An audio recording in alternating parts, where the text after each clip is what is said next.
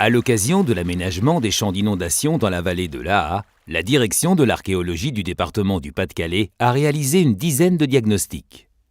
Sur le lieu dit Cours-l'Évêque à Saint-Martin-d'Ardingan, d'imposantes fondations de bâtiments datés du Moyen-Âge ont été mises au jour. Le service régional de l'archéologie a prescrit une fouille préventive en amont de la construction de la digue. Alors on se trouve sur la résidence secondaire des évêques de Thérouanne qui a été construite au Moyen-Âge. Le domaine faisait environ 1 hectare, il était entouré de murs, une sorte de mur de clôture, de mur d'enceinte. Et au sein de ce grand mur, de ce grand espace clôturé, nous avons fouillé environ la moitié du domaine. Et dans cette partie, en fait, on a trouvé la résidence principale, c'est-à-dire l'endroit où l'évêque en fait, vit avec sa grande salle, la cuisine, les galeries couloirs, etc. Les archéologues ont fait une découverte surprenante. La totalité de la surface au sol de la résidence, galerie de circulation et salle d'apparat, est recouverte d'un pavement. Un damier de 200 mètres carrés, soit 6700 carreaux, avec une grande variété de motifs. Les carreaux de terre cuite, de 13 cm de côté, ont été réalisés selon la technique à décor estampé bicolore. On est encore dans la phase crue du carreau.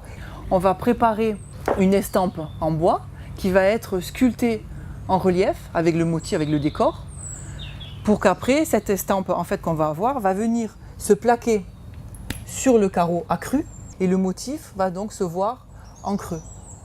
Afin de conserver et de présenter cette découverte exceptionnelle au public, les services de l'État ont décidé de prélever l'intégralité des pavements. Après nettoyage et encollage en surface avec des gazes de coton, chaque groupe de carreaux est décollé avec de grandes lames métalliques et stocké face retournée sur des panneaux de contreplaqué.